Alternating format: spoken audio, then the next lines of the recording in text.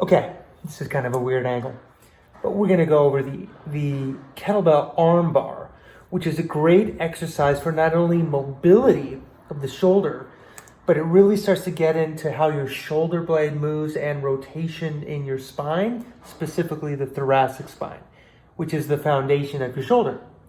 Your ribs connect to your thoracic spine, your shoulder blade connects to the ribs, your shoulder obviously is part of that. So you've got all these joints that work together, but this really works on a lot of the foundational issues that people have with their shoulder.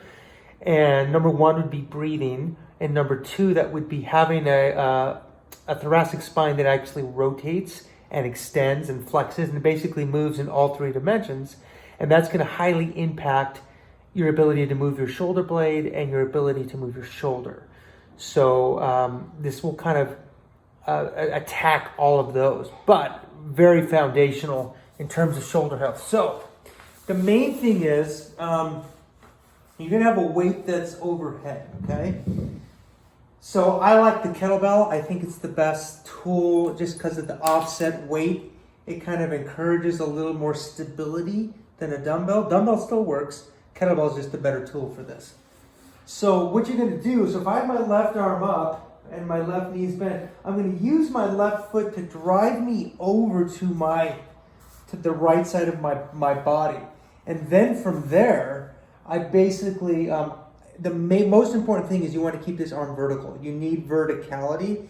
And then as I start to move my pelvis and open up, I'm going to get more rotation in my spine. When I do it from the other angle, it'll be a little easier to see.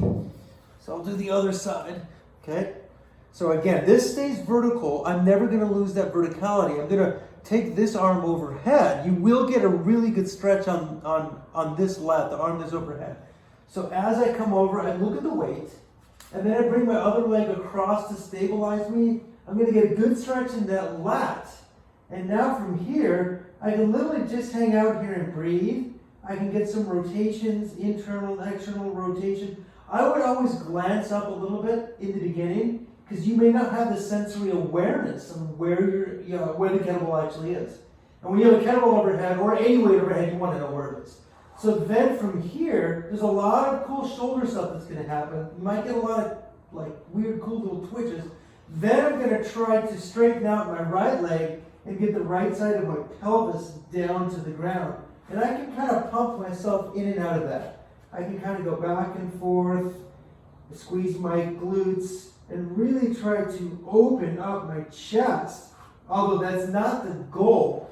So what happens is as I get my chest closer to the ground, okay, this tissue here from bicep to pec all the way to my sternum is lengthening. It's getting longer, which means that naturally the muscles on the opposite side have to be getting shorter.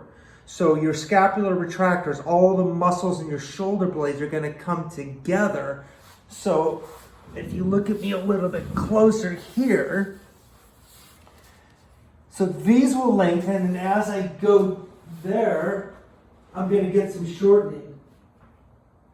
Now you want to go fairly light, and you don't really want to hang out in that position more than about a minute at most, maybe even like 30 seconds. Very light. You need to look at it in the beginning, or better yet, have somebody there to kind of spot you, because what you think is vertical is actually not vertical. Okay, it's not going to be vertical. So that's the arm bar. Throw some rotations in there. You can rotate the head a bit. Most important thing is when you get a little bit stuck in there, I want you to breathe into your ribs, then exhale, and always improve. You can always try to go for more range of motion as you exhale, but don't force it.